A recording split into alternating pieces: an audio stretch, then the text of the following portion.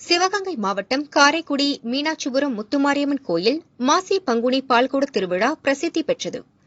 விழாவின் முக்கிய நிகழ்ச்சியாக 68வது மாசி பங்குனி திருவிழா கொடியேற்றத்துடன் தொடங்கியது. தொடர்ந்து காப்பு கட்டுதல் நிகழ்ச்சி நடைபெற்றது. இதில் குழந்தை முதல் பெரியவர் வரை ஏராளமானோர் காப்பு கட்டி விரதம் தொடங்கினர். மார்ச் 19ஆம் தேதி கரகம், மது, முளைப்பாரி எடுக்கும் நிகழ்ச்சியும், மார்ச் 20ஆம் தேதி காவடி, பால்குடம் மற்றும் பூக்குடை இறங்கும் நிகழ்ச்சியும் வெகு விமரிசையாக நடைபெறவுள்ளது.